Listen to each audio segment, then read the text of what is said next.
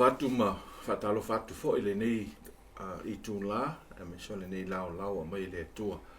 ya tato te fta pa ye fo lungo la lata ne fa moi ya I la vale tua I lona lei lona lo fa wa fa so po mai ya de so fu o ile pa anga ma sani on nei por kala ya me se fo yo ma to nei ma ana ona tato ma futa ya ile nei va no ya fatalo fatu so fa manu malo Yesu Kristo le tato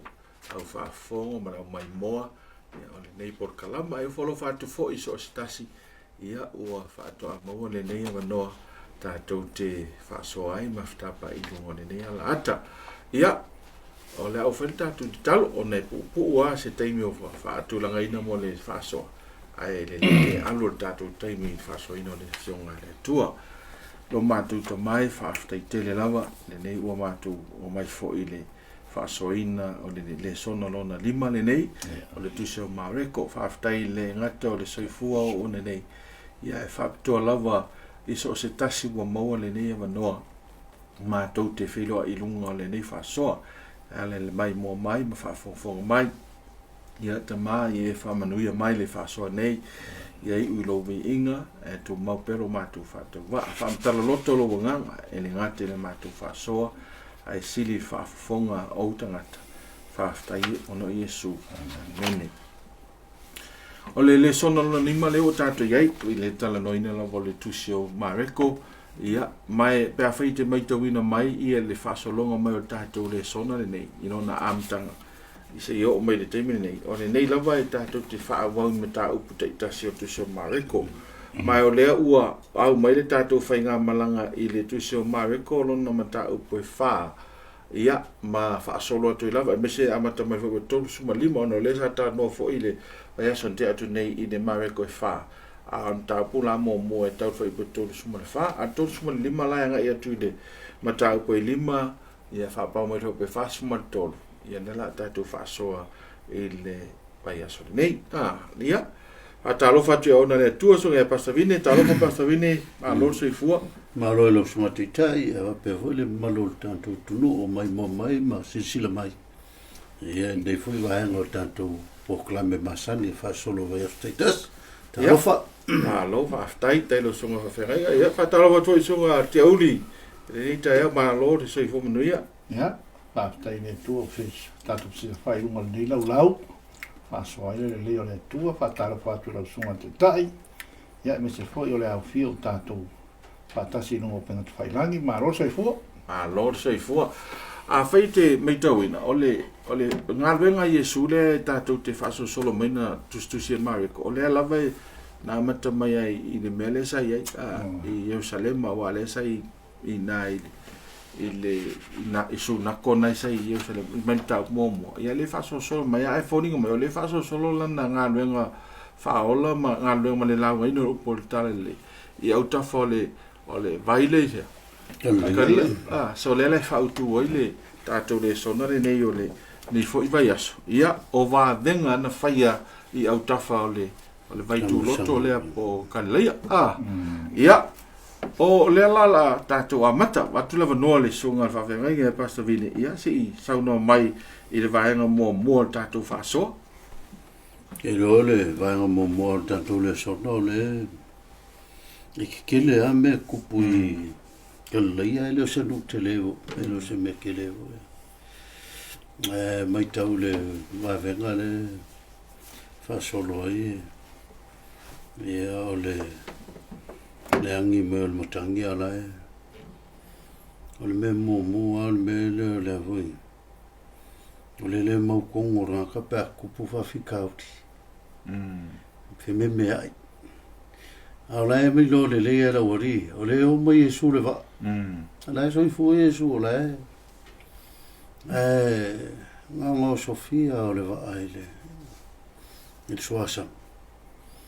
O me ngofo me nu kere mangakuma. Kere mangakuma i la mato. Na makofang. Fe me Yesu i langkasol. Pe ko ke fefe, pe ko ke le whakokua. Le mele tau whamatala i le whai unga o le mareko le wha. E mkau le la le mareko e wha le e whai. Ia, niskai, i le mele o tangata. I le soifonga wha tangata. E misi i loa longa i loa le lei o le akua i longa o langa. Mana mamlama ia Yesu paua le me mau le pole ma para ai mal fefe. A mai voi ka ko le songa pa Afrika ko ka vai. O lo va makala mai o ka ko e kaunga. O ka ko ke pole ia fa ma maka. Ai ke le fa ma maka ngi le langa e a fa ki e ka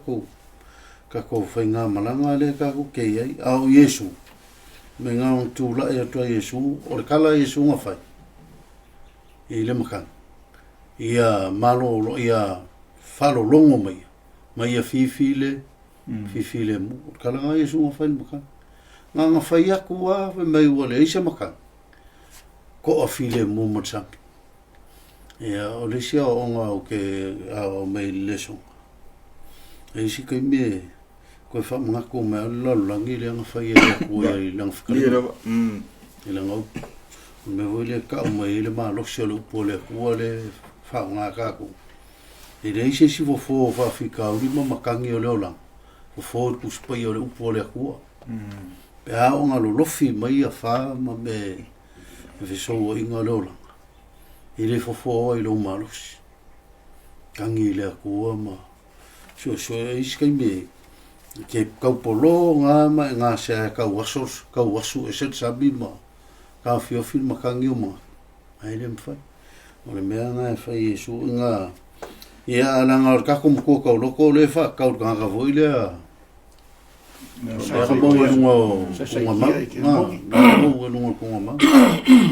ia le va me nga bo ma fai Yesu le ne va venga me le Yesu alu maka u kanga le mea le nga fai e le ria ka ua ke le la ka ko va vai vo isi kai me e whainga ka ko ke fiu ka kuli e sembe le anga o lo ma nganga le anga i wha ve si alo nga wale upure mai na ka le ve mai le baua se ma lo fiu suela kai me va pe nga ka fiu ve si anga le anga mo lo wa le nga ke mongi o le ka ka le Kele yo me le anga e kongor ngaka. I mafau fongo ngaka iske. E fko mo walo file mo pe mo e fkalinga Yesu. Paftai. Ya le sunga te ai so fa popo fa so tunga. Fia fa ne vai nga amata le so. Fia fa popo le ka ko ko loko. Ole mo I mo ko loko le ba venga na sa mo fia au. Nga venga fa Yesu, ai fa mai ngo umang fa Yesu nga venga. Ole mafau o kanka lea. Fia mafuka ma Yesu. Fia muri ma Yesu. E fia ngā lue whakasi fo ma Yesu. Nanga o Yesu le ngā kakala inga ngongoaka. E manga ia upal whao. Mai alu ia oe I lo whale. Whai loa meu alu I lo ainga. Ka waku I lo ainga male muku. O mea ke kele ngā whai e ri ia ke oe. Malonga alofa ia ke oe. Lea ka le ka o mai a kako. Ahau in wha malo lo kako e Yesu e le mga bia Yesu kako. Le mga bia Yesu kako koe mafuka. Ai mga bia Yesu whao ki aluloea. Mori mau. Aluloe kala. Aluloe whai loe ka ngaka wā venga o meke ng whai Yesu lo ora. O se whao whapi ko le mo kako. O kako mori kala le lei. O le kako kiu ke whai le ngaka inga kako wā mio ai le mea wā o ingai kako. Ai kako whai loa ku Yesu le rarulangi ma kako kwao. Sa po le vanga ka ko so. Ia lo, o le sa ta u tunga vini vanga mo le dulu ia sa ile fa to fa le fa to ma le matangi fa ba fa. Ia o te la ta tu amata mai na. O e ke me o ka ko ka pule ka ngo fa la ke le kuna ngole. Tangata le sa fie te mo. Na o le mai tau le na fa tai fa so ale fa ia pa sa vini. Ile te manatu le i tātou le vaenga le o le whaonga ina po le Petalinga o pōreri. O le Petalinga Iesu. Ma telo teimi te manatu fo ia o ia whapena no Iesu o ia le sa fōfo ina le. Fōfo ina le lalalangi me umala vele le Petalinga. Ama tua fo i la tātou. Ina uafio mai le ia Iesu o ia o le tangata. E le i whaonga ina lava lona i tua. Un tua. Longa i tua. So lona winga. O ngai inga umai Iesu na whai e nunga le whatua. Whatua tua. Tā ua tele le Bible me fo ina e lei ona pe ta fasiringia Iesu whatua tua ona. Ona uso. Masalo ana whape e maa losi whatua tua seisi lauso. E ma whai ana o la tua. No la tau whaia le wawenga le ia mana tua whai la o tau na tau mana tau sanga ia en tātou loa e te min wha la whasa tau re Iesu e le i kai le no loko whakoko o na so ia ai whaftai i whamanatu le sa le ia o le te la te mi so ina tātou i le soifuanga ne ia ai e tau tātou mana tua o lo whalaulau le tua mai tātou wa o leisi mea te mai tau ina le tala ne o le tō whao O Iesu. Iesu wahalu la so atua o la unga ma whaia ngā luenga o le tala inga o tala leia me se wha malolo ina mai i le tūtangata o Iesu e matua le tau mai e tātou matua le la wa Iesu ma me whalana e tau te whamau nia i whetalenga Iesu i lungo o sami. O whetalenga e whai lungo o le whātua. Whātua tua. Na te li whaonga ina alo na mana whāre tua. Ai sa i whaawao i a tātou. E ma whai e le whātua. Whātua tua. Mena ne whisiri Iesu. Ai sa le meu o tua. Fefe. Ai sa le meu o tua. Fefe. Ai sa ulo ma whisiri Iesu. O whea o iel tō whātua tu. Lolo winga, e ma whai ana whai e seisi la ori ia. O le mele tu, ua leise a. Leise whatua tua talu elia. Fefe. Mai o le songa ke mapu e mea. O ai ese le, e pe o le mea nga, o le mea e whea ngai loka kou me whape. Mea o ko meki ai o mea nga kore. Leika. O le fefe. Ma le fefe. O leika fefe. Ai, ka ua ki au le si... Sa waka rei so ke le a wha sa hangi se mei Bahamas o me pia. Alai pese mai lea. E hangi le a wha o la ua ko uru. Ua le whale alai la lafi wha o fifi au. O fifi au na lo le. O le laulau. Alai pese fifi au. Pese manu whatua. I keimi o le maku wa rengi apa le whale. Ko le wha alo lala mare pumelala alai pese ale ko le fifi au ni. Ai te ko le ia au ia. Ole le songa le ko me ka ya e ke va penga le olanga ole mo ngo fiel tatu fatu tu ona wa fam tau tatu me lo wa ye le olanga ma tu la so fo po fa vlavi fa natura po me o mai ona o tu la ngo so fo ngane ya tatu mo tu fa tu ya tu ya ola si tatu me ia tu lo la ile tatu fa so ile ila so fo ya si va ngale fi fa po ko ba ya inga o suska ile vai male fa ya Iesu sa fesili ngia kanga e la uso o ile ngi wa o suska ile vai ma suska ma fa longo ile fa o wa fesili ngia ele uso ko o kanga kale lo ke feo o kanga kale lo ke feo ai ma ia o po Iesu vai a o fefe au le maka o lea ka ko ke yai fa kasi mai ma ko o lea fa le malanga ma Iesu ai le kaliko e le malamlama po kan kan la ko kia la ko fe malanga mai le fa kalanga le au mai le fa le so mai wai ele ngei wo suska ia ke ia makangi male vai male ia ke ia o ai Yo se fea fole mo ka ko e ora nga fa kia ka ko ma so inga ka ko. Fai long si lope e se ku pele. Ama ka o lo familia pu ya ka ko. O ngai fesili e au mai e de lu ya ka ko. Ka ko ki kala ngo ile ku. Ai ka kile ka ko mo le ku. Na. Ta ko ke ma fa o le ku fa ya me uma. Ma ku pulo puponga sili lo. Malolo. Fesili lo po o fele. Ai ole wala le mai e Yesu. Ya ka ko man ku. O le ya ka ko le ku ala le ngang pa.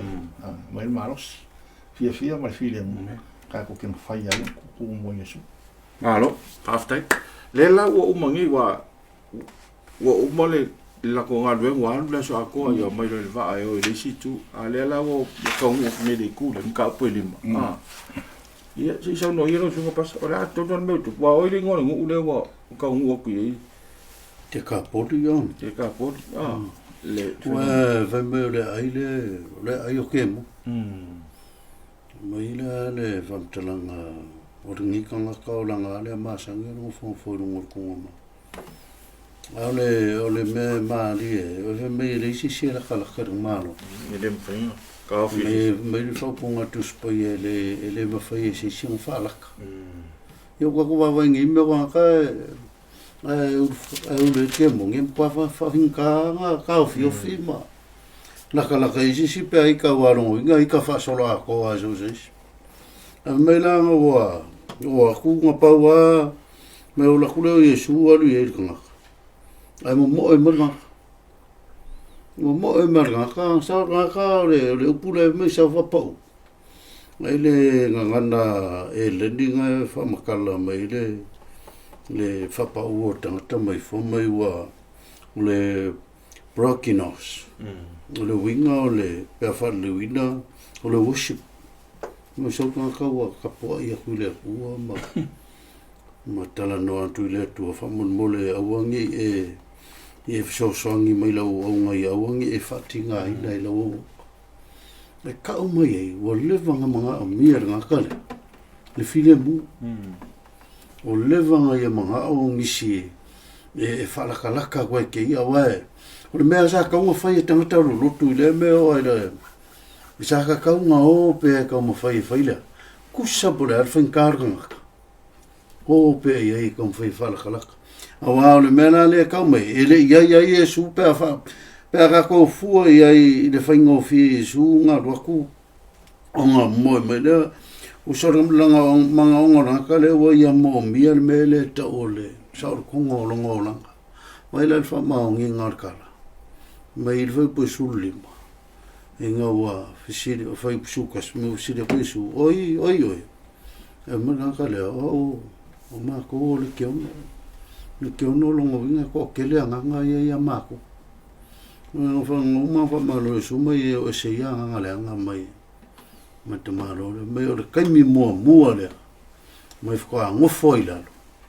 mo fai lo ngo mo sa lo ko lo ma fa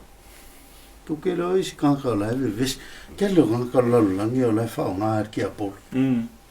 wa o le mo se mano longa yo la ko lang o isi la ka ke ngo foi ka ko ki siang ma ku ma o ngo ka ko mo so fa la ka nga ka le o ngo me la ya fi ai a nga nga ko mo la le ka ke sia o le la ka ya ila ko o sa ngo i ki apol ma fa le nga ki apol inga ya mo nga ka fi le mo mar ko fi mali mai mo moli e moreri e pera kala le va ko e kusai male o fa po ngo ma va kala me mo e on fa kuler ka wa yo ya ku Yesu e va kuler Yesu ya lui va fole nga le nga mar ka le e o le sila me ka o ka ia sa ya e ngo la po wa o le si me ka o kala nga ka le mai fa mo mole ai ave seinga ia nganga le amako awonge yoila onge yo tanga tola ole nu ai va o sisi ia mgorela po ale o ka kuma na man le mele po ai unclean e me o sa e me si e sa o le ia va disi me ma ele fingo ma wal me ngang fa met kal sanga ka le onge ya ru onge yo ka ko le ai me va mo le onge yo ka ngakole ai ka sanga Yesu ai kuli lo Yesu o ka kai po al mela siringa manga i al kala vai wakua hola kola po ai la lo va ai ola le au kausi po o ka o ka o mai o ka maka mela le nga fai Yesu ka ko ke ka ka va sa ngo ko ngoma tole o sui le o la ngora o mau arga ka Yesu ka ua ngar ka la wa vai ma lo fa so tia ka ua le vai nga le ua sa mo te fa ule a ngo man o ie ka ke lo le ese le vai la so sa angi le fa ma fa ki la ko folo ai fe ma ka ale ngo ma Yesu ai o mai un le ka tara le ia ile ke bongi ke tara ka tara fa mai nga ba ai mai ka ngaka le o Yesu le lo o le va ai la ngaka le nga ba ai mai ai o Yesu le lo e pule ka ngaka ko e pule ke mobi o le fe aula le moli mai ele sa vali mai ka ngaka le ai fa mai nga ia makua mo e mai male ako ele sa ko i ka mo fai ia ko kuli a nga sa fa pa u fesili ai sa ma fu anga o fa pa u wa nga i lo le o i ka ngaka sala fa mai pam kala nga male o ka ngaka ngi ko ma ka ukia o ma fili u a mea nga sai e uma nga mo kusi ka si u ka fa la kai le la ka lo ko vingo ka kwam ka ukia ngaka ai ngo wa ida ya Yesu ini kau fa la ka Yesu na sa wa ya Yesu o fe aula wa le kwam ka le fa ku silo le ba ngara ka ko leso o fe aula mo ka ko ai kai be kwam ma o ka ko wa mai Yesu kene lo me yo ka ko lima ma losi o ka ko maua ma me o ka ko ma o lo le va mai Yesu al ka ka le vai a Yesu mo mai ro fa pa o Yesu se fe au fa la nga mo ka ko a ka ko ke mika no ka ko malo si mo ka ko lo mo ka ko po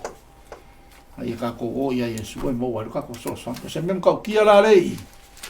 o le o mai o ka maka ka ngi sa fa ma fili i lo nga ele wa vai se va inga winga ese wa sa wa ka mai o mo mai wa ka mai wa sa fa i le lalo wa fai o malai o ia foi la le o upuia le nga ma foi upuia man ko ka loko fe kala ia ku Yesu ai fai ia Yesu lau ki o fai ku Yesu le ai sa winga alu lo fale alu lo wai ka u lo wai me ke o fai Yesu ia ki o le kala le ka o mai ola le mo ke mo ngi sai ki ka ola kele lu afe a fa mai da nga valo anga ku so fino mo tele ele ngal pawia fa mai anga le alofa Yesu la ufanga pua e kofo foi la ufanga pua ama le kemo filosofi mo le kofe sa ia ile alofa tu no ke riso i le va enga le va venga no fai ma sefe Yesu la ufanga pua ova al bela ku wa o ke bongi pua wa la ko fa mai le la pua ia o ki fa mo ki ma ko la pua le bro i o le fa o lo ko fu po ai fa mai la tun ka na wala o le lofa tu noa mal fa pal palo Yesu ile au fanga po ala i o le fango lo fanga po ai nga fai lo fanga po ma mol mau o le ai ka o mai va ai le meu faia e Yesu wala in po pe business ya se va en ala ka ko le so ya o me ka ko aka ko maka u maka ko wa lofa ia Yesu e ia fa mangia ka ko ke mo ro ia le salo le telo le tato fa so le il tapo lima o le telo foi upu tapo lima tala mai tau fa u mi sin tato fa so ia la ngai nei va tau mantua il mare como muala le sa ngai Yesu le ele su nako fa mai fa malo lo Yesu tanga to foi no fia le temon ai le ia mai ala e mare ko ia au le linga folinga va ai o tanga tana au ila o mtua fa ai lo mai fa mal tanga tana sai o mea ai no fo Fili. e no fo me le no fo nia mo tanga tol le kufu ele no fo tanga tol nga ka hoki so aka ko vai lai ile i ku langa pa ka ko ma vai ma pena se tu lo wale le fatto le va benga le Yesu e fai asi te le o nai vai nga e o mai ma ko te mana na loto ia me mo ole o tu langa ole o mai ngo me inosia me mo o te monio inosia mo me inosia mo tanga te le mama ia lona lua no fuanga le no fuanga ele mama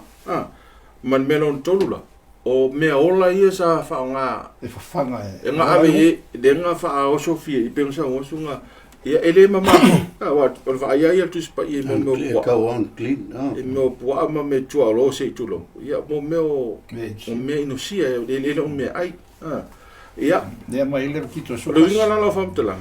ile contrast por fatus tu sanga le o sau nei e su re tanga pa ia por tanga mama ile mele ile e mele mama o le ala me tatulo o su via ato le tanga sa le se fa moi ai no sau ia Yesu ia o i tau te lo ai le te leo le lo fatu no bene sau no ti le lo fatu no le tu e le se mama o e fa batala tu so Isaia e le pu le aole le tu na te la ve ma le me o tu langa le we tanga tele no fi te mon usa wole se fa moi o fa kali a ke mi e o so foi la lo ye marco fese kulo e o tia ia ai fa fitai na wa fa me su ka ko e me le o ye su pe fa pe ai lo Yesu no na onga pe ma ngeka le lo o finga ngalo Yesu nga de mela ile le ma onga ma fiola o ke lo se me finga ya ka ko tato a ta ina tato le nga ole tu fa pe na fo ta tato le tu i tanga te fi mona mo le ola so le la na sa o Yesu tanga tale o le last hope ale al ne tanga mai vi ia le tu tato vai ia ai vai hela la so mena le winga la fam talanga il fa tu la so ni o la e papa te papa a peita fili na fili su fa venga lo pa e o so marca ka le a le mo si so so wale vanga pefu so lo po fele la fie tu Yesu tu Yesu fa no mal va venga a Yesu anga ia si so la wali e singa fa tu e me fa yanga la ko ko i fai le va venga ne so le ta uole na ile uia va ai le tala le nei le ese tele on fatus tu sanga fa tanto mai se vai nga ta ua fa ta ua le tanto va vai ia i nei vai nga po ni nati to mai le la ia e fa loto tele nei tanto le tala le nei tele pe ni se mette lo ti fa le me che via ole manga io ole un ke mo ngo so ko fe a ka ko fe me mo lo e le mfinga ko sa o i ruma si pe a po lo ko fe o folinga le mele o kwa le ko ya li mai lunga ske mo ngo ske mi a kuli ka ke mo ngeri e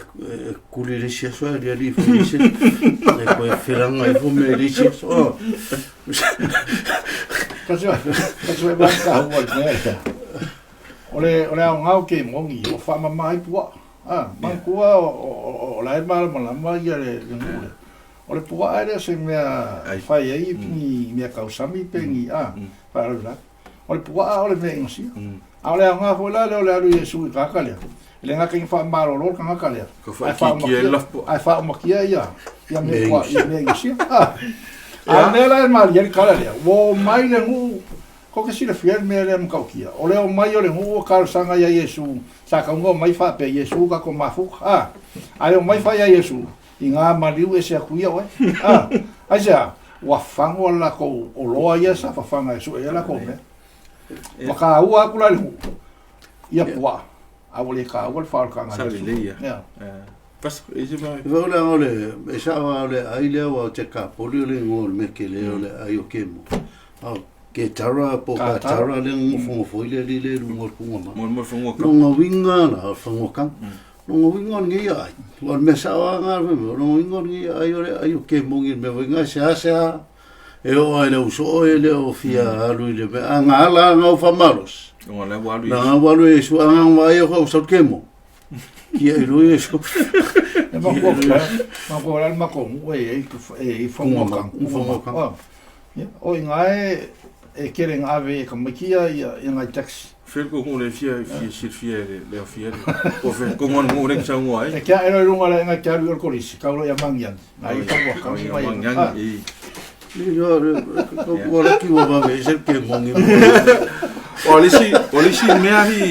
Olisi me melio temoni de ka ko ilofo ele kasi se ke mongi o le makua I malosi o wal melenga lenga mo fai mo kusi ka kale yo me o ke le ropo isi si wa ka wa mo kusi ngai me o fifi longa winga o le makua malosi ya le ma sama songi ya o le manga le ke mongi langa o kele ke mongi kongi ia ele si fai la unga o fa longa o fa winga ngon me yo ke mo ya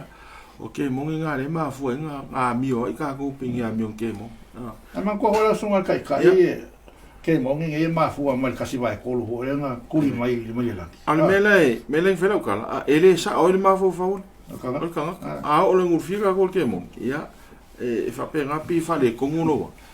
ale konguno tu se mele nga ke fa e lo ulo wa pule ke mongi ya vera nga ringo fe o me ma e ke mongi es ma lo le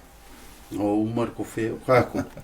o si ke be kuria fa fe ai va ela nga ifa ka o Yesu e fa ta o Yesu fa ta o se mode fale te pena ino le o le loto tat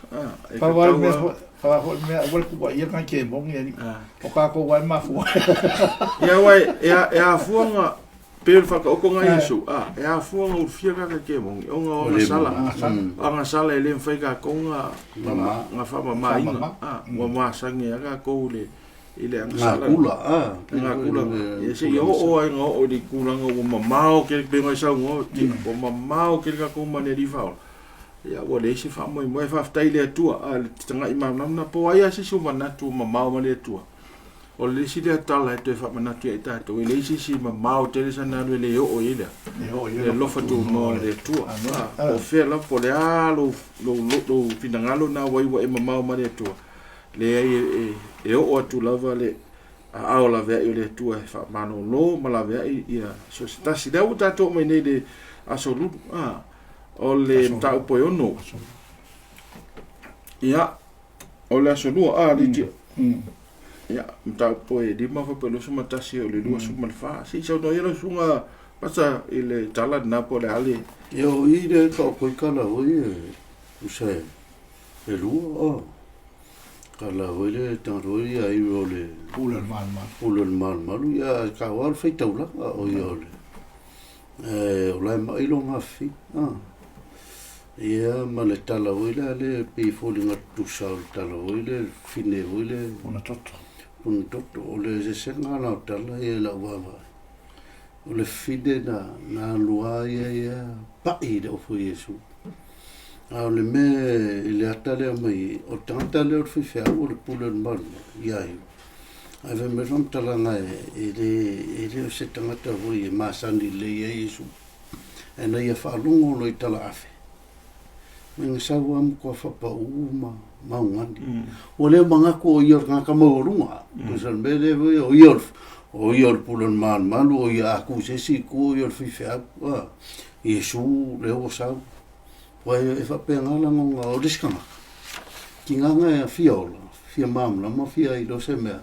ma fa lo long kula ngo I rifa e le ke ngo fia lu la nga ka le me nga le nga ese nga ka le o yari me nga ia fa longo lo Yesu e ke le benga ke fa me sa wa fa pa o mai Yesu ia lu fa mai la finga lo o ke mga o ka ke o ko a o kilo lo fingo le wingo le mele te va matala mai kala ya ole tangata ele o manatu lo na tula o manatu I ma waile le file mo lo na inga ya la lo na fi o lo na finge pele lo lo ya tala I si file le puno to me tom tala ngale son wa au ka usanga o o mafakia nge ki nga e alu ang kupe, alu lon tamau a inga whelua i soro. Ele mousa mea, ai mai nganga pau a mea mai kami kui kual finge e musu ele e loa ngakalanga e ingosia i. Nga pai e lo fuai. O le mea o le si lea akana mea e lo le Yesu le lo se o le manga mai. Ma le pai e ngak fiola. Pai e ngakala e. Pau a le mea na ele mawau fau le finge. O Yesu le, o ia o le fai wa veka ma le fai fa malolo. Mo ia mo ki ngoa po fer va ngol o fo Yesu e pai e malolo me le fam talanga nang pai ai lo Yesu ku Yesu ma fai o ila ma pai mai mai wo fefela ma fefel fing o ma ka finge va pe ai nga ngai lo nga fisili ai su ko se vale ku Yesu o ilo le Yesu le ai o le e ai tanga tau wo le i lana malanga le malona nga ia tui le situ o kalai. Kula le winga o le ultala. Au eke, a e fia mous songi mai le stangata. Au eke mga kuilo kulanga. A e fiola. Au eke mga fau kulanga. O isi kakari. Ki nga ilo la e kakaunga mo mia songi ne alanga o fefeu kere fifalongo se isi fea. Ah, fa pengana o isi kakari. Kele mga ia va fenga saula ka mai vai fe o mai lo fai fe. Ah, vai fe aule. O le pulo sunako. Nei popole me la mga mia le ola. Mga mia file mu lo ngai. E ala ile apa. Ia o se aule va nga fa mam na ma kut kala ia lua. O ka ko ia wa tala Yesu nga faile tititila. O le ta lita kumi. O le winga o le upu tarika kula ia o e malo i nā tūsa o ia wea e malo ka o iskaime ka oko e kako o ngā ua lomi kako e meo leo laka e mō mia karika kumi o kako kusa kula iru afkai nalo ia susa uno ino suga ma nei fa suga pasa Vaenga la kikia le fi fa so pa i ka kale o ia io. O le sile kan ke e mea fai Yesu a maru sapaki. Ka kolenga ngasero ngali mo le sile kan ka sai ku.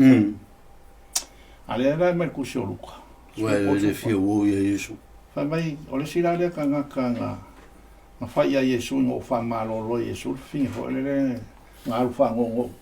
ko su mal mal Luka sukol. Sukol fa su fa. Fa mai fa kan ka kale.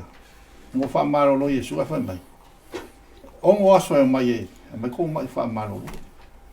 Ala so fico. O sa pa ki le ku. Na ia fica nga Yesu fa mai. O e ngale pepero.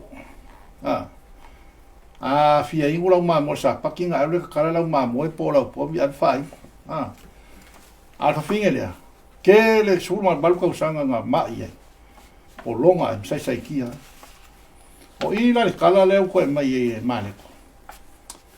O le kangaka lea nga ke ia Yesu lea mele mele au kure i mai suinga o suinga ina ua whata si mai Yesu o nga mai a la finge kapalo ia Yesu nga i lole le ia iu paua leo le kangaka ea mau a le fisoswaki sio nga finge o le pede al kangaka longa whanga o le pede pe ia whakako a mai se choka whangau e ka ko ke makua kingo u e ave fa mai ngai fa se konfiki ngai ngai so o ya irola male ma ya irolo ke te ya Yesu mana ngal ai ngai ya ma ia lo nga finga ngal lo ya amen ma ya Yesu mo so sa ma longa kal ko mo e ma fa ai fa mengo fa ai ma ku fa maro lo ngal nga wa ya irol mal mal fa ai Yesu ngal mai lo ngal finga ai fa de fa nga sa lo ya iro fa Yesu anga la kwa fa e wa au lungo lo wa ya al kal komunga le sa ya o Yesu e ola ma sa lo la ya ilo fa po va Yesu o se fe au mo ka ko i ranka le o ya ilo o mai ka ko se fa so ma se o ma ka ngofi ta ko ke lo ka ko kan sala ya Yesu o ka ko fe ko o ya Yesu ka ko ke lo ka ko kan ka o ese ma Yesu ka ko faia me silinga ngale Ia kai mea kasi au ka ko fe ka ko o ia Yesu ka sala ka ko o ia Yesu. Au mai Yesu le ma ko ka kai ko kasi. Ma mai fa ma lo. O longa lu ka la le fa so. Si finge Yesu lu ka sa no mo le ma. Ko o manga mea. Le ai se mea mo ai. Ai nga fa longo lo. O nga ma fa ngai ko kongu ya ke ia. Kongu ya ke ia. Nga ngau pa ia se piko ngo. Ele yoso mai rai luma anga kami mai ko. Ole se sengo fa ko kwanga ia i. Fa ko le finge pa. Au ia i longa fa ko. Ole fa e o au Yesu. E ola i longa fi. Ko umala bala kan sala la ko inga fa ko mal ka ko nga ia Yesu. Ave ka ko fa mo o Yesu e o me o Yesu foi mo ka ko mano no. Ia o se fa po pa ko le bala ka ua ka ko fa so ngi ka yau ya ole ta o fata to ai mo ai le il fatu nga na ma ko tala nei wai ole tala le ole fine mai punto ole mo tala ta ole tala fa san wisi pe ho lenga kan mo ai ku so lai pe se kala lai mai ko ngor ole kala la po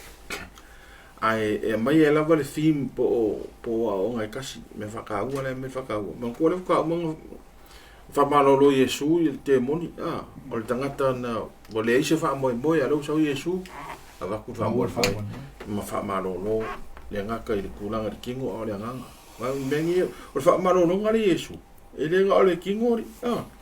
porque lo ka ko ya ka ke o se mai ngari kingo ale a fa malolo nga Yesu a fa malolo Yesu e fa malolo lua me ye lua o le kingo mana so o me umalanga e ia tato po mau mai o le whamarolonga Yesu e complete whamarolonga Yesu ia lela mai lola le tala le awanga nga umar kala nga so mai no markala fa me o sauta ita yo le suna ia yo e taro sanga Yesu pika la usa vale o ko o mele ile fa ia e ko ai pa iro se finge o le si le vole fin o le va figo so sulu o le va ke le va mai si finine ya lela pi fa e mo me pe o sa ka vole ya lela ku Yesu ya ri o fa o ya hiu ai si fin o le va viola pa Yesu ali o Yesu ya pensa wa so ngal fa fe ale Yesu na le to ti fa itawa ya ole Yesu ole talio fa fita o mana onga e mai se tangata e wa le va na nga pa ti ma sai ti e le na nei tu na ngole ngase ma le ola fa le nganga ia ole mele le no fatau eta ole tala fa san wisi le per ta o ta to le son e ta e to ita to ile isi la sanga le ino wota no Yesu o ile wa ole fa ia le fa malonga le ka un kala wa o ko nga makar kala ole mai ai o tu Yesu la kala ku o mo fa malo lo fingi punto o saule tala o ti o tu Yesu o yo le metas da fa kan singa la ko ke mo inga mo le ka kong inga wa tu Yesu va tu Yesu o ka ni sia o to te ton ele o ti tini ia fa me fa punga le ua ko luiva fa po to luiva ai o me lo fa po fascio fa me ona soi e foi la to ona foi am awa fa me ola o beside fa me ola o ti ale fa ke su ele o ti na mo ya lo to Yesu fa na fa to nunga tu la me ti ese man na yo fa so nei wa fa tu la ngai ma ko tala nei ia mo mori fa tasi mai uma fe au na ye e tu fa tasi e mai la to nga to fe au le ta ua le o ngā ruenga whaola lo tātua ri whaola pe whaau tu oile nā e ason nā so lua ia i la ngona o tangata ma o e pewhela si fine lea whapea ia ai waika Yesu e ngai wa popole ni finge wananga pa ia la ngonga finge i le manga la wa o mai ia sui a konga la ngonga i la ngonga sa le se wha moi moi la ngonga i wha moi moi e pi e ma la ngonga ngal popole pe waika ka malo ai le ai after ile li faul ya a tatu su nei tala ya wa so o ka fia va ai ko Yesu kelo ka ko fai ka kalange e ka fia pa e ko foi e malo lo oi mai o le olanga nei ia ma tatou e ave Iesu I tangata o tatou ainga le mai le o mai tatou fa so Mariko e ono vai po mo le ono le sunga pasta ia le ua sau Iesu lona ai lona lava no ia le se tala le tu so Mariko ia mo ko le o kasi le me mo ko ki le mele le o tangata esa ia me o la ku Iesu no ua mo muli ko ke le kama mo ro fia ku Iesu ia ala fai a o nga Iesu sapati a o mai kama mo ro fia mo so on ko pokoro ngakole feme mai le pokoro ngakole feme ke lo me awa ola ai o kusa wa le nga ola I o lo ngula la kusa la le va va mai to le or kama maria o lo uso le rivalo ia ko po mo yo se mo yuta mo o ke fa ko on ko ala ki kelle o le feme mai no po a yo le o kanga ola me ka mo nga ke le do se me le se o ka ko kusa ile se manga wala nga feme fam kala nga o le ngule ele se ngukele e fai ngo fia ai ma fo ka ngo so le mele kusa o far kanga kala ko va vai o ngor va vai ku Iesu o ka mamari ngor ka mu ka ke lo se me ale o so fela nga o nga ka ko ma na ma o ka ko o le vale lo ta ko o ka mama ku ale o so fia me o le me nga me wa wala ko como fai se me le nga vole so o nga so le me lo Iesu e mamalu a perfecta uma a le me ku ele mamalu se perfecta I long ono ngai ole mafua mai ele mafua nga o kupo o le loko wa me o ki ke ele o le ima bole anga o la ko loko ia Iesu isi me momo o le si me wa ki ke ele o le la nga ele fa ia momo a se so la ko se me mo me va pe ahora que mire o fa Iesu ia o le vai ma wala lo ile le aingo Maria Maret ora ka singa me wala ve me ole fa fe sa ka mama vi or ka mu au ka ko o le o kala ngongi ile levo ka ni se me pega ile le wingo ka ko lo e mo foi ka com fa kuskusa ia ka ai sa de le le langa ia o le me wa me le ku e so fu mo lo langa ke ola ya le vo ia fa ile le ku al mele ku polo ko vale io lo si lo ko vale ngo va vai ia no vai mo la lo Maria le nga se kanga ka ele ka wolo fa nga mela fa ngo yo se ya ku po yuta ia ma Iesu o la ma fa pa o mela nga ka yo o Iesu Como que era inga le como que eu a fu el mele fa nga mai eu la ko ma fa ele se mo fo le se vai ma wala lo o si le winga nga vai ma wala lo ia va fkat o le si vai meri pas awai botat feito ia wa lu Iesu fa nga va venga I Kapenau e ke le Kapenau mi ele me se o Nazareta nga nga kupo ise ke ni fa ma lo longa fa I wa ki dinga le fi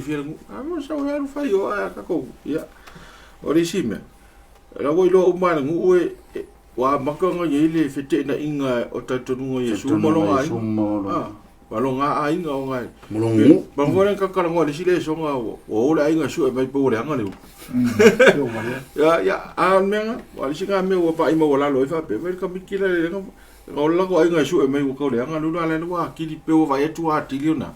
manu ia nga lu nga a Iesu ia si so no ia no su nga fa wa le si nga va nga ka me ka ko le fa pi ko la o nga Iesu wa lo fesiling ia se wa lo fa ia wa venga ke le o I like ku ai ke le fa ia se va venga se ke le fa pena mo ka ko me ka wala manga ku fa pi ko wa fesiling ia nga venga fa ola male lilo yo la ko manga o le ku le usa le wa fio mai le nga fa nga la ko longo lu ka wo pu ia Iesu fa mai Aua feta la iatu Iesu ia te ilatou. Ele ai se profeta e mamalu.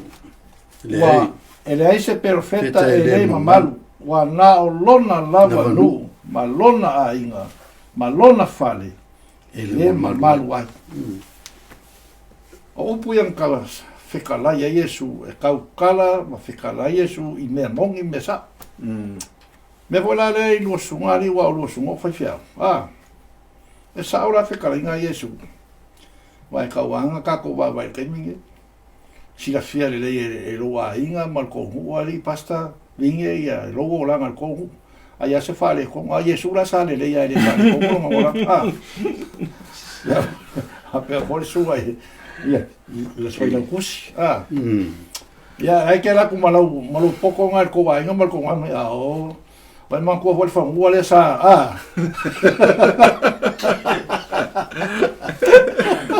Ora ka mai akako. Ese sa o fika inga Iesu. Sai le mamalo se perfecto. E kere mamalo lo mu malo wa inga ai sa la ngai fai kio. La nga wa loa ka ko wa. Me sa fai. Ai fa fika ia Iesu o nga mai fe aulia. Mo ko la fanga vena. Ia ko mala malama. Maro sunga vo. Ia la ko wa. Wa yo kere mo fo se si mu ka. Ia ora o ngare mo ka ko wa so yo ko sunga fanga vena. Ia awa ngai ko wa manga ia ni upu mangi kala e lafo ka ko ainga maka ko mu ia ka ko. Ai sia le anga wa fa winga o ko le ko fai ma ave fe au. Fai ma mol ma o le kala le lei inga ia la ve inga ma fa ola inga kan ele ke ala Iesu u puia ma fai ka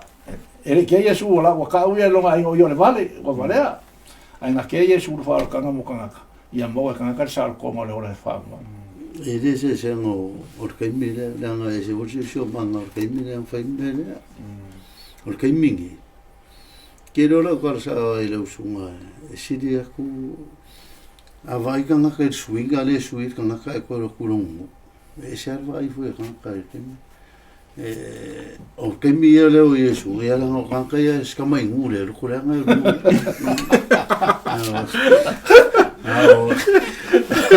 o Samoa ele ficau ia Samoa não Samoa wow Samoa mo lunga lua vai Samoa po fea ai e fai a inga mango u la kwanga ke mingi alo vai ya o ke lo e si tala e so bei le vo eu te so mai e tala e ta o tala fa sang misi o inga o ka mai kala ko kongo kala la po ya si se no yelo sunga i le si taba i tala na fa tau i le au so o mane a fo ile au ina tu i so au so le mali kala le o ile ile wali e ma o le la o kuli Iesu o ko wa inga ke femika i to wa ma o fo ile ile o mai ya ala o mai markala mo ko le skamo yong ya lo o fa shoki e sa ko la longa le wali ele fan e se kala o ile o mai fango e so la ko longa ai o mai la ori me su ke le me ma ko foi ke le va venga ma me o fongi el ma ko arba e al me ka o me su ka ko ma lo le ki se na nga o ke le ko ma lo nga sa fa se ka ma lo no o e si kai ia u lo vai i le langonga va pe ke le ai auangi ai se langonga fa mo volungo se si anga me fa e mau fau mau wala lo pe au kupseme ya o la le va vai i vai nga kam kanga ka ko kala se me kala mai le ya e va kude sunga toida ya fa kai o i le ga me fa nga ko mai kala ka ko le skama ko lo yang e pa kiso ya pasoki le nga pasoki pure se e kupo e loka nga o nga fasila wali ko mai e fa kala nga ya lo ri ya Iesu fa mai o fa mai o ai Iesu e rota fa mai e rota po ai o fo o ka que facilia e rota fa mai ka e rota o Elia o ya mai so Elia fa mai ya he rota o Ioane Baptiso. Ai sea, le anga wa ule anga ua. Nga ua masai le ali nga maabe fal pui pui. Wa fo ingo wa vai se mai longa utu. Mai fal pui pui. Ai sea. Inga ua ka u mai e Ioane ia kia ule. La ua sa le me se sa fai. Nga ku make ngofo ma ko luo longa usu. Ai fai mai kala Ioane kia. De ai. Ele ka kaunga lua ngofo ma heotia. O ila lenga mga kwa ika ya heota ya Ioane. Ana ke fai se fai unga onga. E makau Ioane ya heota ko ka paia. E makau heota le ko o Ioane o le kanga ka paia. Mai rore fan kanga heota inga ua sa la le ka mafingere. Heotia ki. O wofo inga kwai. Nare me ke manga wa. O ke wa. Yo o ale vai rua ingo le malo ke baku. Ai ke wa sa la ko fe la kuia he o ta fesi la makingi. O wa ru kingi ki fai lonkinga. La se me fai kupu mai ma wa le fai mai ma kala lo mako. Fai ke manga o le uro yo. Yo nge pa ki sore fai pui. A mai se ka. Ko fakuloi ko mo ya kinki kia sa lo me ba fa mai o ke manga o le uro yo ane partiso ai a mai se ka mo kai mia fa mai dal kala ke bi den fa ko kala kinki ngama ko me ia ko fia lo kupu sola fia o nga ua loke mai e le kinki le mea ka ua le longa loko malonga mafau e maka o kanga kale la kanga kale ua al me silang kaukia e uia ngo ngai lo al kanga kale ko ai fai fa amalie le manga onga le nga fai longa kala le fai nga mai ya o fe aula mo ka ko ri ngai kan ke lo ke mika ko ke fa amalie ngai o ka ko manga onga ai ku me sa kon fa fa me ngai o le manga onga sa pele ya herota le kanga kale ko ai fa amalie ingo la manga onga sa ka kinki wa soli wa fai ele mere salam pira ko le kala le ka me ka ko le fam kalanga le mai ka hua ke le boka ko ya fai mesa ai ku me le o le mesa fa malia le finga ngalo le ko ai ku ka ko lo fa kai mo le no na lo fa te ben o ta ua le dua tala ye so kala le o le kala le le mamano Yesu longa ai fa so wisi ro kala le sen auto so ai ko ya pio mai lo le tala le fa tau ile mele wa ile tulanga le ila wa ile fimne pi to moni mai ma ve ko so zeisi lava e fa paoni le tu e fe ngai male e fe ngai am fa ka o di ma ke enga mo ke enga o fe I lo lava lo ai ya so sa ngisi mer kala le yo ngi pa piso ya pe le wo na lu te fa matala ina mai ngale o le winga to na o le mele to te le la langi nei man tu tangata ni mo tangata ta wo lo se malo ya o na fa to nunga tangata wo lo ni sa wa ina tangata lo yo na man ka ko va ila le ngalue ma ki apolo ma ko le ko ke va ai mai ka winga ile ka wo ile vale le mane ma le anga man ngalue ma ki apolo fa yo lu fio ga ke mongi a disi awala le fa nga o kai kai ole malo sa wa inga ka malu ta pa I ole tu onga o le kala le ke enga fo o longu onga o le kala le so de la ko ke va ide pi so solo mai le nga le ya o ama le ko fa manga ku mai pe ata tu ide ya si ele vi ki apolo ya o pe pa fir me sa pa fir ngalo le tu ele vi ki apolo ya o mai fa ngala ki apolo ka fa nga mai de ka me fa lo isu yo so vai o mama a ko o fa ngalo ngale ku la me fa o le ve se couper o le ve se couper mama ko ako ia veng me ai o fale se ai nga kadia ia fa mangui la ai mo ka mangui le winga nga le ko ke fai nga le ale ko o le ko be nga vejo o ko ro I mo to ya o la ngi na ngai ke mo ro kama ya makalonga ma pipi fa ka se mo ka ko la e fai melo ya ka ko la ya fasiga ma kia ka yo le o loko e ke loko ya la ngala wa e ko ro ka o fa ka si o mingo fa ka si ai ka u ke le mena de ma ngi fa so ma pas le o mama ile kala o vai ka o le ainga ko so so mangare ku po ile mele ku pu ya yo le ainga se finge fa ora vai ngo vai ka o mele kala finge wa men ko ya lo ngi ke fai pula se me manga o e kalu le finge fai unga le fai o ange na fai e rota ile ka ngo fo ma ko lo so wa ma fa e fai se fai unga se ko ole ainga fia ki ka mai ki fia finge ko va ko ka malo fia ka ko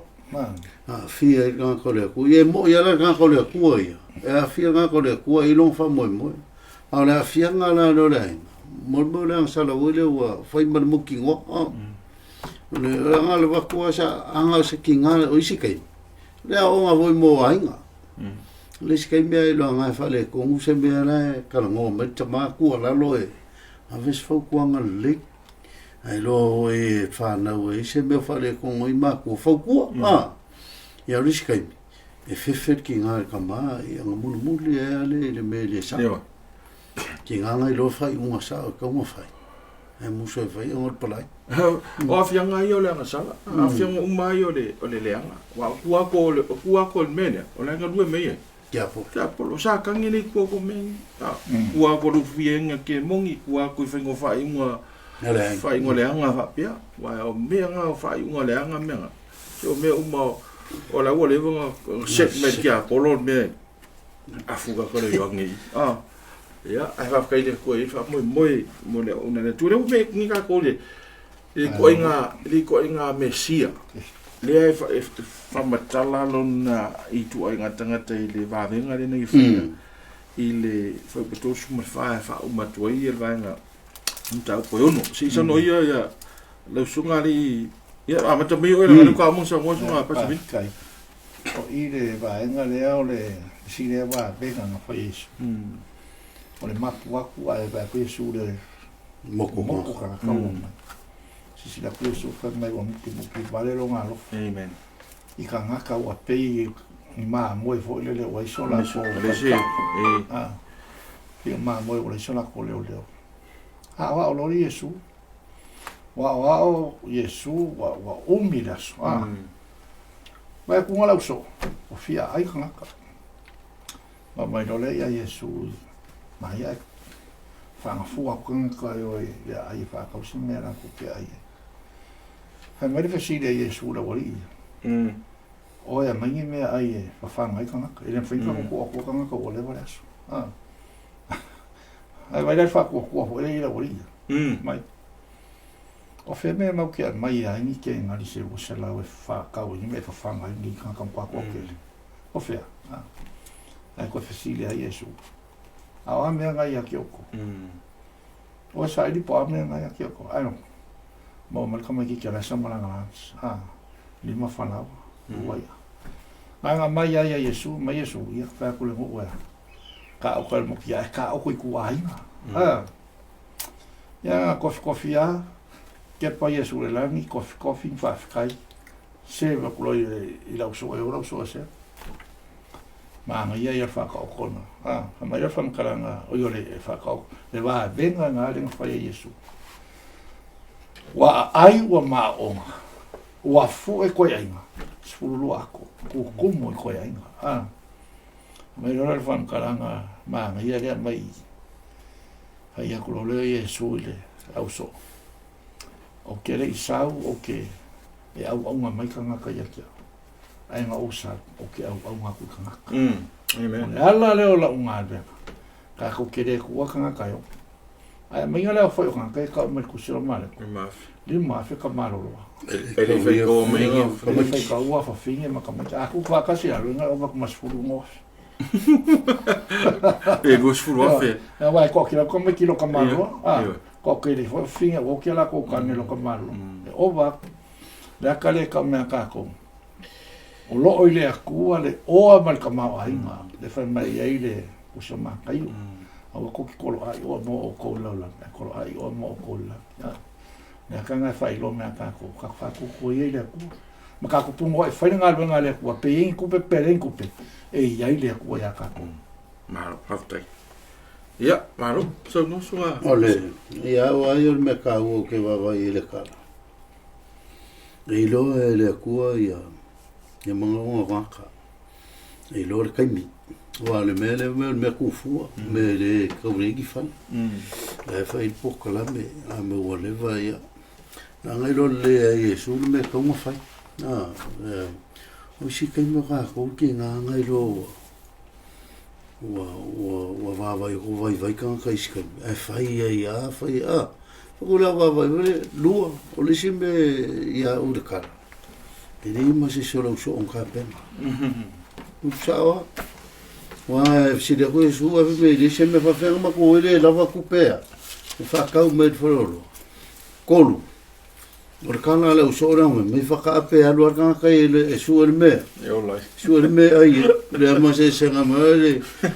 ma ya lo ka ka ro ai ole va nga ole le fam kala nga Yesu wa si la fe Yesu ya mga onga ka kai ka ko si kai mi ka ke ole kala le yeri ele nga le up ele nga le la uma or ki ko fo ole kala le e mga onga ka tino e ka unga kali le ka unga kali e kala le o si kai mi mga kwa ka ngor ku le ya ka te e fela kingo le upu pe ri se fa kingo nga itkin o Yesu ngai lo le Yesu vai kanga wa lu punga le fam kala me voi lo Yesu vai wo fa kawi e ka kaunga ma fo anga fa ku Yesu ka mo fanga ka mai se me ai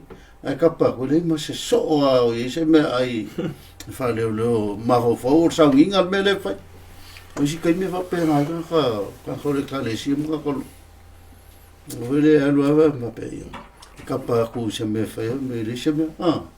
me ka penga ka mi mo fa fe kai li ka magiki na ka penga le long kinga la ngai la ngal me fa me yo le paseka mo le nga yo le paseka le nga lu ka magiki o le la sa ka nga ma fa le ori o le nga inga le nga ko Yesu le paseka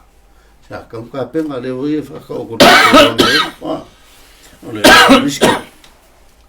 ele fai le lo ku ka ko di ma o nga fai a ngom se me nga lu nga le ku ka nga ka penga ni me nga lu nga di fa o la fai tau tu me ne o le focus el me le o le va venga fai Yesu wai pe wa ma sangi ka ko fai ka le me le pe wa le mama fa ke ka ko le wi nga le va venga le a fica e fia foi lua falava lima falava vai e lua wai va ai me ka o le lua sfulu afi tangata liki me le sa o ngi papo le sa o le fa ko mo nga over ai e over ma le lua sfulu afi ai over ai la e se e mo sa ko nga penga ya ka ko ai over ai kingo me ka o le lua sfulu mo tupu afi e ngofo mai sorry ele ska mai lor me ngi mo na vai ska kana ngofo mai ko yo le winga na local fia foi duai ko mai na ya moka ko masalo Afrika ko maliu ya le lima se lau nga ai o le fa ku langa ye fiu ko fa ku langa o ko le afe ia e fiu ko vai ko me logistics no me penga fai mele me ai o le lua ia makua ia uofo fai e Yesu le va venga fa fanga uma ni tangata ile lua ia ma reto e lima so ya au ma fo fo inga me so kua maka ukia le vavenga whai Yesu. Nei se ve whainga kāia Yesu. Nei se me ale o tuatu le mafu angana whai Yesu, lehan sau noa ele. Dena rua sau noa ia. Olea. O muti vale foi le lofa Yesu ia ila tau no vai tu pe fo pe se io ni ma moi o le sia. Se leo. O le se leo ma moi. O le vai na vai Yesu i tanga ta mala. Tato sa o sunga ving. Aka ko vai ku tanga ka ma fa kuskusa ku pa ke kila ye. A pere a man mene a lu ka ye ai non fa. Ke ku pe lo ku e lu ngame. Ia ai fa ftaile ia Yesu. Ya melana ta wa tele mo le ola fa tu wa kakalo ai kapa ku Yesu ran kamaro Peke. wa yuka ke kupe ya fa me ya yuka so o manga ko nge iska ko me ka ko malanga mai Ai lo po yuka nga fa mai o fe ka ke mai ke ngali se o se la wa io ai mai le ka o mai wa o yuka ku e fe sidi ngali o yo ke kupe a le so ya o tātou ilo. Ia, ole ngā ruenga ai ale atu ali, ele whi so malo, si ele whi se kelongi au mea. A e whi ele whatua tua. E mauti noa lava e whi ele atua le wawenga. Man mena, ia, tātou tong whi isi tātou fōwhanga fo i tono loa inga, ma le kale sia ma losi so manga. Whi whatua tua. Amen. Whi whatua tua tona mea, ole lofa mo tangata ine ia ola tangata. Me le tua te ro fa mai e tato le sona ua o le ua o signal mai tato producer ia ua uma tato taimi ai faftai tele tu lava tele ia wa vongo le nei le sona fa so faftai tele songa pasa vine songa to ine ia tia ia mo le fa so ta ua le o mo ai se tele tato le sona ta ua fo ise o so mo oi ma si nati ni foi mai aso ia e tu so la fiona le tu wa o nei tatou tu so ma reko ia si so no mai lo so ma pasta vine sa tatou te talo e fai wai fa o mai tatou fa so After le tua wa mai foi ona matu tanom so la pule no finangalo le sona ta wa nei talana fa ta to tu spoia la ma fofonga malangona o Sofia le ang poia le mai ni a onga ia matou le mauti no anga lo so I fu la o fio e te le me matou te faia le ngata ile ia mai le lo fa muti vale ma le lo fa le tu a fa so stas ia mai ai matou le langona ia matou fa mo ia te ai me uma ia le faia I lo matou poto mo la tamai ni stemi ia matou whalangolango I teita inga lau fio. Ia matou apa atu e pai atu ia te oe. O lo ia I leola. O lo ia te oe malosi. O lo ia te oe file mu. Whamanuia ia si o matou atunu o mai mo mai po whelava se me o mai mo mai ai ma ua le nei le sona le nei fui vai aso. Whamanmole la vea I se anganga mo le lo malo. Ia whamanuia ngā lau fio, whamanuia I mātou, whaftai le awanoma te me te amaia, ono lo suafa Yesu. Amen.